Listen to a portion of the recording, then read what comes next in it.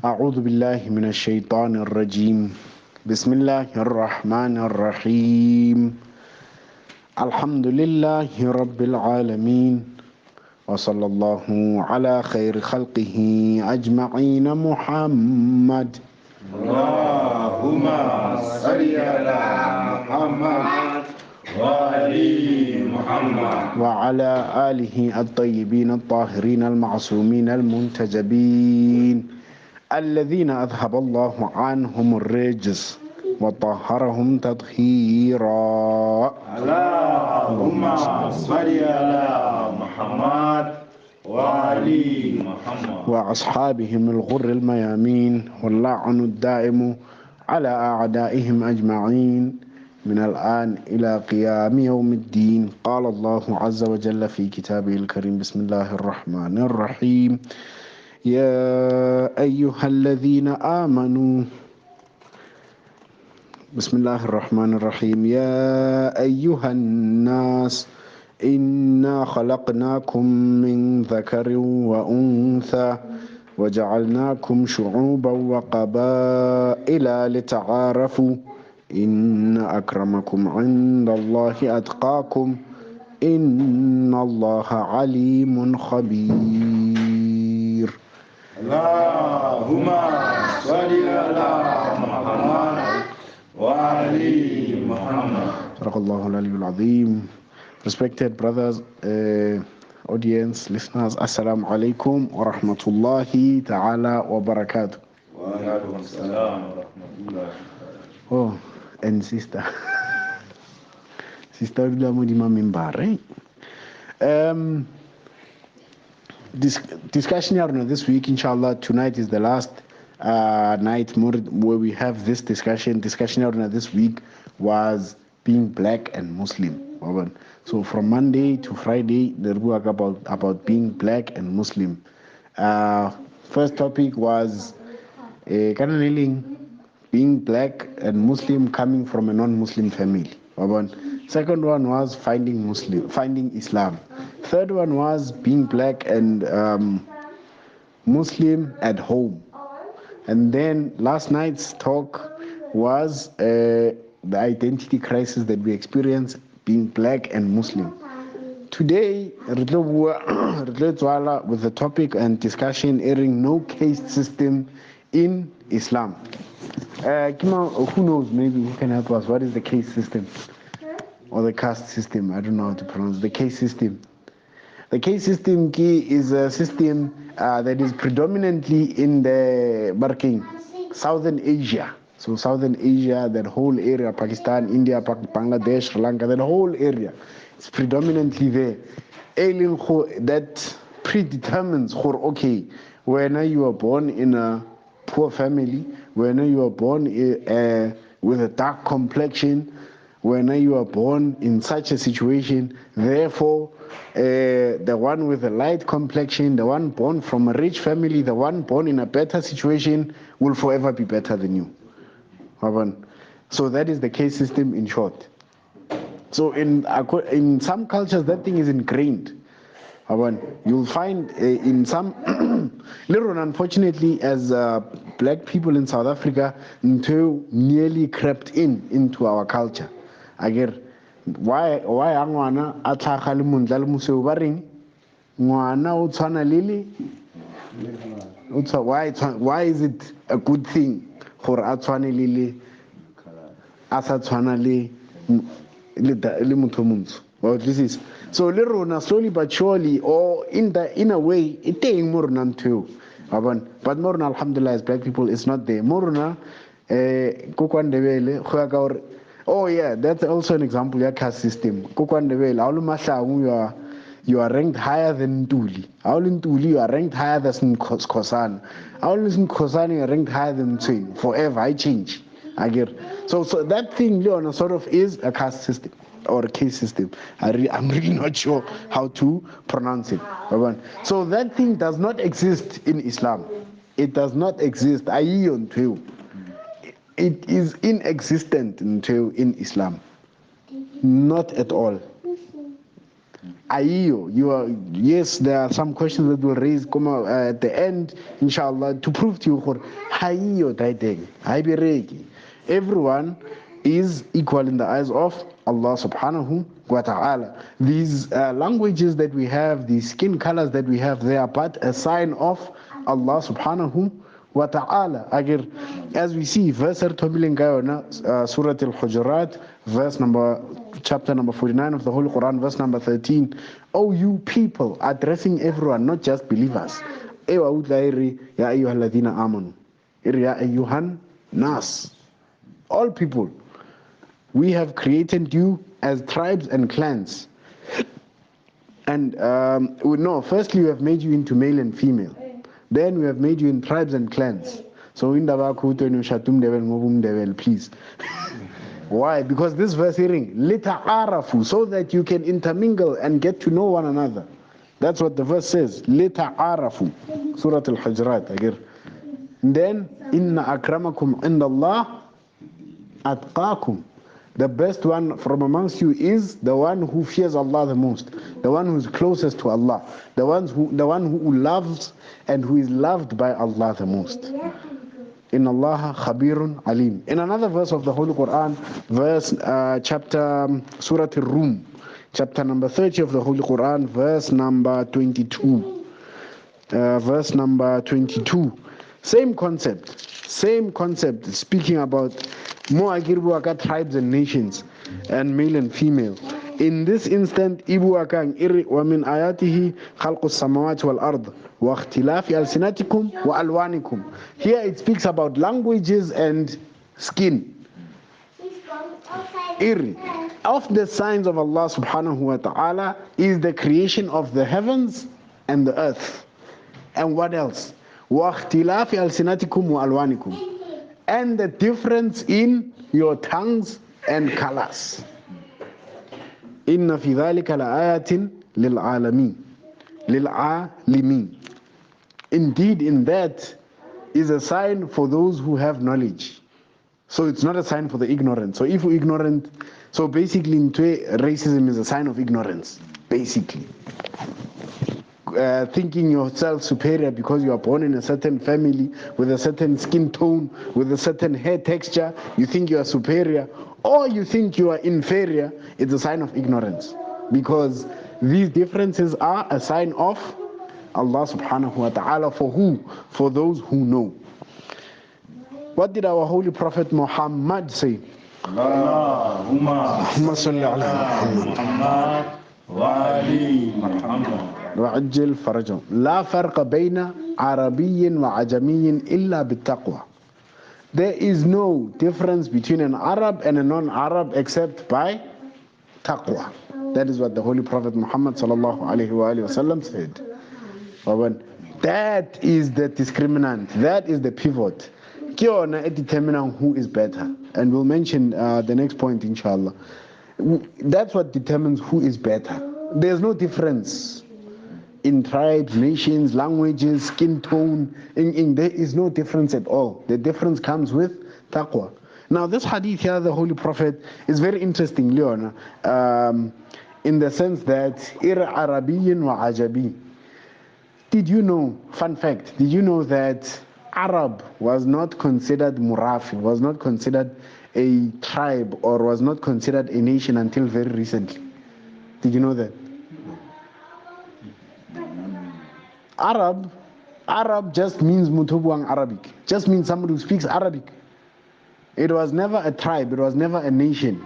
It was just people who spoke that language, considering that language the best language. And then Arab means clear, one who speaks clearly.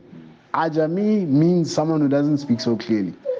So our Prophet la farqa baina Arabi wa Ajami. He says that you people who speak this language, because it's the language of the Quran, there's no difference between you and other people who speak another language. So for example, myself, because I've learned Arabic, I'm Arabi now. I'm Arab by this definition because I know the language. That's it. So it is about the one who speaks the language and not the language. Until recently, Arabs were considered black people. Yeah. Obviously, there are those that are in the north of the Arab Peninsula who are closer to Europe. That's a whole other discussion there. But Arab was never a tribe. So even in this hadith, the Prophet is not acknowledging no, Bakima Arab, they are a certain group, they are a certain tribe, they are a certain nation, and then Baba Angwe are something else. No. He's saying you who speak the language of the Quran, yes, you know the language of the Quran, others don't know the language of the Quran, don't consider yourself superior.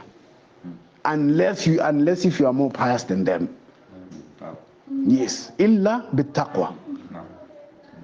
In this case, there are only levels. When it comes to humanity, is that there are levels, there are no differences, basically. Levels. If now, as we mentioned, I think last week, discussing the different levels of Islam, Iman, Taqwa, and so on and so forth, discussing there. If those levels, those are the ones that matters. Otherwise, did you have a choice? Did you have a choice when you were born that okay, we are black, so we can call it kafarar? Did you have a choice? No. You didn't have a choice. Did you have a choice to be dark skinned? Did you have a choice to have a nose as big as the president? You didn't have a choice. Agir. Also, there's nothing you can do to change it. Unless if you have a few $1,000 to waste, then you can get your nose smaller, your skin lighter or darker, your hair softer. Michael Jackson was sick actually, he had vitiligo. That's something else, yeah, it was a sickness. He didn't bleach, it was vitiligo, yeah. So, Waban, there's nothing you can do, you don't have a choice with that. So why do you want to compete and compare when it comes to that stuff that you don't have a choice with, that you can't change with, that you can't change? Why not compare istabiqul khairat, as the Quran says, or compete in doing good? Sari'u ila maghfiratin wa rahma. No, rush towards mercy and forgiveness and pardon of Allah subhanahu wa ta'ala. These are things that you compete with. So that's why there are levels, but there are no differences.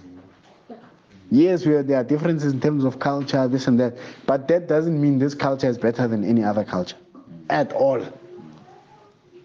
Quran ya iri surah in surah al-Bara'a, verse number 71. wal mu'minuna wal mu'minat ba'duhum awliya'u ba'd. And the believers, some of them are guardians or leaders or guides for one another, depending on how you translate wali. So yes, Baba, in terms of maybe this one knows the Quran better, so he's your wali in terms of teaching you Quran. Maybe this one knows this, he's your wali in terms, you understand. So there are those levels. As the Quran says, نَرْفَعُ دَرَجَاتٍ مَنْ نَشَاءُ. We elevate those who we want. Those who strive for the elevation, we give them the elevation. That's what you compete with. That's where the competition is. And I want to move, to tell you the truth, I don't want to lie to you. I'm not saying be complacent, but based on my observation, black Muslims excel in terms of this. Black Muslims, they hear the moon is sighted, they fast. Khalas, there's no, my doctor said. There are some people, whenever the month of Ramadan comes, they rush to the doctor. Doctor, you know, some sugar diabetes. He doesn't even wait for the doctor's diagnosis. Lord, you are sick. Doctor, you know, I'm sick. So that then Doctor Mufe later, yeah, me, I'm not fasting. Abule, in the middle of the day, how? Sheikh, you're not fasting? No, me, doctor's letter, you see, I'm exempt from fasting. Hey, exactly. No, it happens. It happens. Really, I had an argument with one guy some time ago. It's like, no, we should emphasize on teaching black Muslims aqaid, teach them the belief system. I'm like, you don't need to teach black South African Muslims aqaid, because these people, they come from Christianity. They've already compared Christianity to Islam. They've already compared a lot of the Bible with a lot of the Quran. They've already compared. So they Khurababim are Muslim, majority of course, Muslim. For them to become Muslim, a majority of them is through research, through convincing themselves. So aqaid for them, yes, it's important. It's very important for everyone to study aqaid. I'm still studying aqaid. But fiqh is more important in the sense of, or fikr, Islamic thought, so that they can navigate their way in the South African environment. Because South Africa is difficult, young. People come here very pious, and then they change when they get here. Salli ala Muhammad wa Muhammad. Allahumma salli ala Muhammad wa ali Muhammad. The main purpose why I'm discussing these topics, especially this week, is to, especially this one, I made it the close, is to hurry us as black people. We mustn't be riska feel like some people are better, because there are some black Muslims, when they become Muslim, then all of a sudden they worship Indians, they worship Pakistanis, they worship Arabs, they worship Iranians, they worship other African Muslims. When they worship them, they're like, no, this guy is always better, I'll mention very difficult cases that we're taken lightly. You're never respected. It's sad, and it's uncalled for. It's wrong. It's totally wrong, because look, in the hadith, the beautiful saying of Imam Ali alayhi salam, that is even in the UN, it's in the United Nations, they have it there. Even non-believers are respected. Aring, know that a person is either of two. Imma akhun laka fi din, or nadhirun laka fil khalq. So at least you respect that person. It's either he's your brother in religion. Or still, it doesn't mention Khorno. He's your brother in religion. Whether you are Indian, he's Arab, you are black, he's Persian, it doesn't matter. You're all brothers. Or nadhirun laka fil khalq. Or you're equal in creation. Whether you are black, he's Pakistani, so the respect must always be there. The equality remains.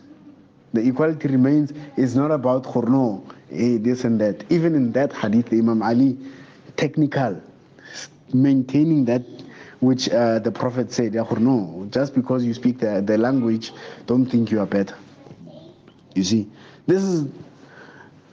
we should never allow people, for us as black people, for us as black Muslims, we should never allow people to make us feel like second level Muslims. Salawatu Muhammadin wa ali Muhammad. Allahumma salli ala Muhammad wa ali Muhammad. You should never allow that. We've allowed it. It's happened. It's time to change now. We are fed up now. But I'll mention cases, for example, and this is not the first time that I'm mentioning this. I've mentioned this in previous discussions and previous lectures, and all the time I mention this. You come, Wena, Hussein Chinyani, Alin Chinyani, or Tolani Mbonani, or Khewa Musai. You studied, you gave, or you sacrificed. Let's not say you gave. You sacrificed a number of years studying and seeking the knowledge of Ahlul Bayt alayhim salam. You sacrificed yourself. Maybe even sacrificed a career, maybe sacrificed a bazaar, maybe something. Today we are being graded Kachele and whatnot. You sacrifice that to go and study, right? And then you come back. Somebody just comes from anywhere in Africa or anywhere in Asia, they land in South Africa. That guy is always preferred to lead prayers over you. That guy is always called Maulana over you. Or at least, I'm not saying call me Maulana Hussein Chinyani. I can't get used to the word. Only my Pakistani friends call me that. Because in their culture, that's what they refer to a scholar. I'm not saying call me that after today, but you'll find somebody who's never studied, ever. But just because they are not a South African and born Muslim, or maybe the new term now is generational Muslims, meaning our Kokoba Bebama Muslim now. So then Hussein Chinyani is just his father who is Muslim. So or the others, not even their parents are Muslim. He's a newly convert, and then he went to study. What is important? That he studied or that he's from a certain generation? What is more important? The one who studied again. Yes, exactly. So, but unfortunately, it's been happening. For somebody from anywhere in Africa, whether Malawi, Tanzania, West Africa, wherever, whenever they land in South Africa and they say they are Muslim, they are already called Sheikh, they are already called Maulana, and all these terms of endearment and respect. Again, anywhere in Asia they come and they land here, they are called all these terms, all these names, all these titles of respect. But then you always put second. Then when we say okay, Yazin, okay, no, it's enough is enough now. We want to stand on our own. Go ahead. We get called xenophobic, racist, and whatnot, and whatnot. Things that they do to us. I mean, if xenophobia is to hate foreigners or to hate people that are not from your tribe, basically that's xenophobia. So if we as South Africans, we accepted people to come and lead us in prayers, lead us in Jum'ah and teach us, we accepted them. And then when a few South Africans go and study and come back and want to sit at the table and be like, yo, Lorna, now we have studied, at least acknowledge us. You say no, these ones this one is a small boy, he just studied 2 days and then he thinks he knows everything. Is that not xenophobia? Is that not xenophobia? Because according to Imam Ja'far Sadiq, al-Unsuriya, which is xenophobia, it's beyond racism, al-Unsuriya alayhi salam, is to prefer somebody from your own group. Kupue menyana tu. Kupue menyana. Salli ala Muhammad wa ala Muhammad. Allahumma salli ala Muhammad wa ali. Al-Unsuriya is to prefer somebody from your own group or your own family or your own clan who is not qualified over somebody else who is qualified from another group or another clan. That is Unsuriya. And the Prophet Arin, whoever has that in their heart will never smell the scent of Jannah. So if somebody I'm not talking about myself, maybe Sheikh Ali, Sheikh Khewa, Sheikh Kolani. If somebody disregards these 3 individuals, their scholarship, them being scholars, just because they are South Africans, is that not the pure definition of xenophobia? It is. Anyway, so we have to stop this thing. We have to stand up against them, like enough is enough. This thing of us as black South Africans being seen as second-class Muslims. Because as soon as you become Muslim, you become aziz, you become respected, you become honorable.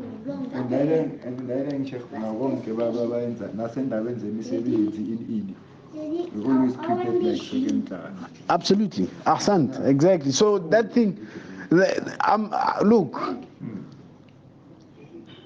I'm not saying we should now go out and say no. For example, no, this is Mamelodi. The Imam in Mamelodi must be from Mamelodi. Then no, I'm not saying that. But if somebody from Mamelodi goes, studies, learns, and comes back, at least give them that respect. No, this guy studied. I'm not saying the one who is not a South African or who is not from Mamelodi should now be expelled and fired. No. But it's enough. We've had enough now. It's time that, yes, people should be given a platform at least. You see? So even us ourselves, we must respect one another that way. We have to respect one another that way. Okay, look.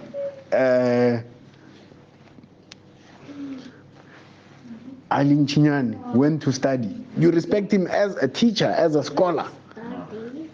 And Khewa Musa, you respect him as a teacher, as a scholar. Muhammad Mukwati, you respect him as a teacher, as a scholar. Jafar, you respect them. Because the thing is, if we also don't respect one another, that's where people see the gap again. And then, for example, if somebody's going to disrespect your brother in front of you, it's because they saw you disrespecting your brother. So it's easy for them to do it because you showed them again. So I'm not saying these people now because they went to study, they're immaculate, they're masum, abana diposo at all. No, but we have to give them their flowers while they are still alive. We have to respect them. Then others will learn. For okay, no, these people they respect their own. These people are not, because if we do not respect our own, nobody will respect us. This is very important.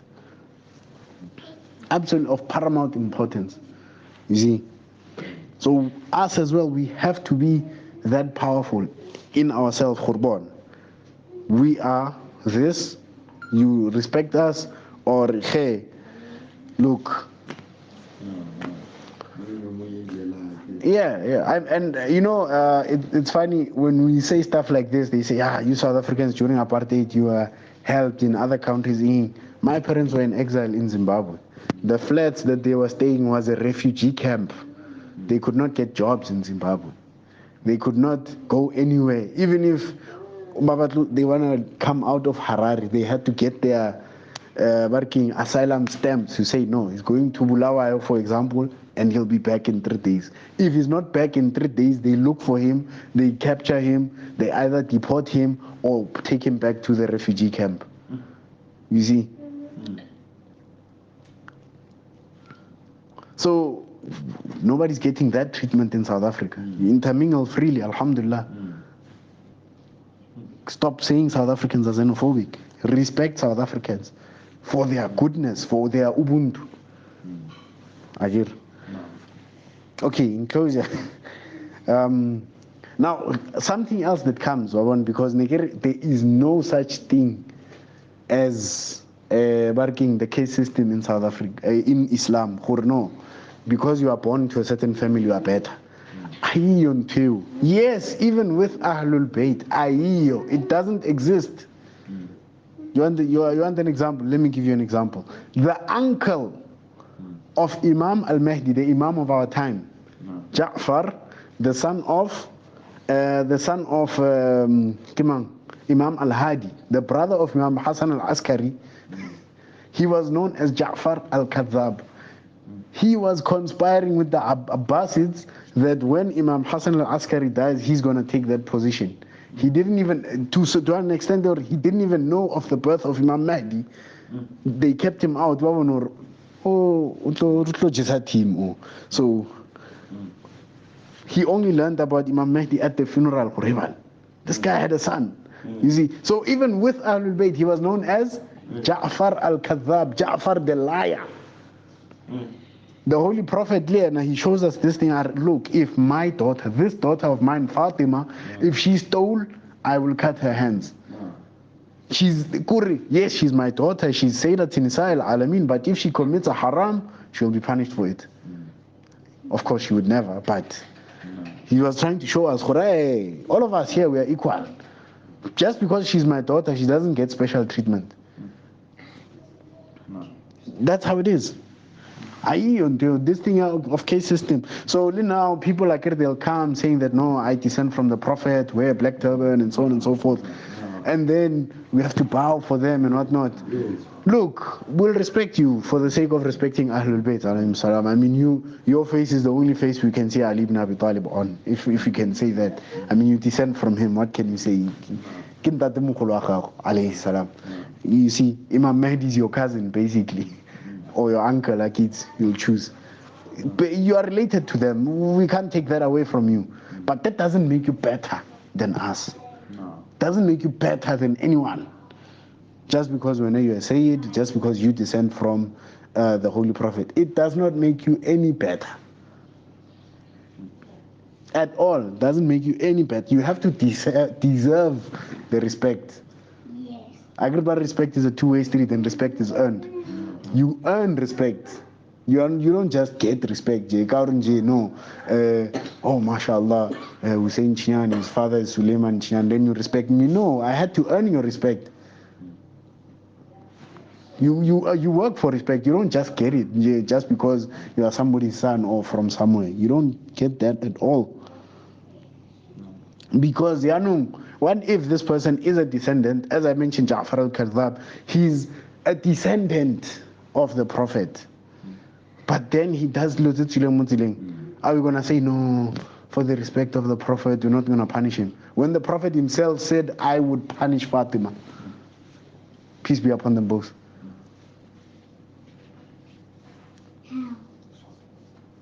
This thing of saying, no, people have default respect. There's no such thing. You earn respect. Everyone should be respected. Minimum as a human being. As a believer, secondary. As a muttaqi, then we could raise higher and higher. As an alim, as this and that, then the respect grows.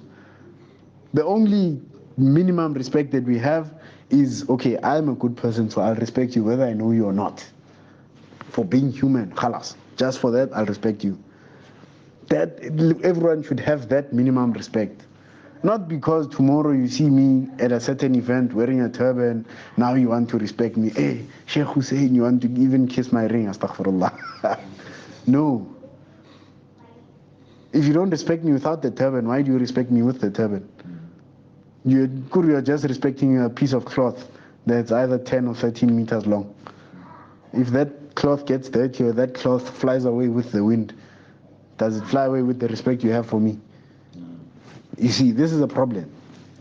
So even with this thing of, if just because somebody descends from the Prophet, no, yes, there are some jurisprudential rights that they have. There's this akhlaqi right that we give them, that no, they descend from the Prophet. We want to respect them, of course. But I mean, even Imam Khomeini, I heard this several times. I was trying to find a source for it. Imam Khomeini was like, no, be careful of the black turban. Because people will come with black turbans and then they'll want to swindle you or do whatever. Just because they descend from the Holy Prophet. Manipulate you for loving the Holy Prophet. We can't afford that. There is no caste system in Islam. There is no caste system in Islam. Once you become Muslim, you are respected. You gain a different honor. Okay. Let me not delay further. I'm hungry too.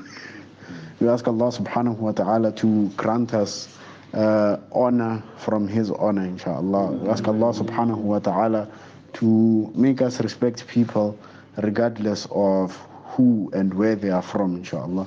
We ask Allah subhanahu wa ta'ala to make us true believers and not take us from this life except as true believers, inshallah.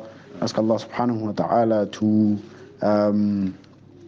not take us from this life except that He is well pleased with us, inshallah. We ask Allah subhanahu wa ta'ala, those who are deceased, those who are sick, to send it to them the reward of Surah Al-Fatiha before it.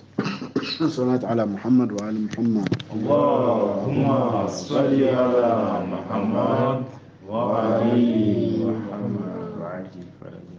الفاتحة بسم الله الرحمن الرحيم الحمد لله رب العالمين الرحمن الرحيم مالك يوم الدين إياك نعبد وإياك نستعين اهدنا الصراط المستقيم صراط الذين أنعمت عليهم غير المغضوب عليهم ولا الضالين. الحمد لله رب العالمين. سبحان ربك رب العزة عما يصفون وسلام على المرسلين والحمد لله رب العالمين.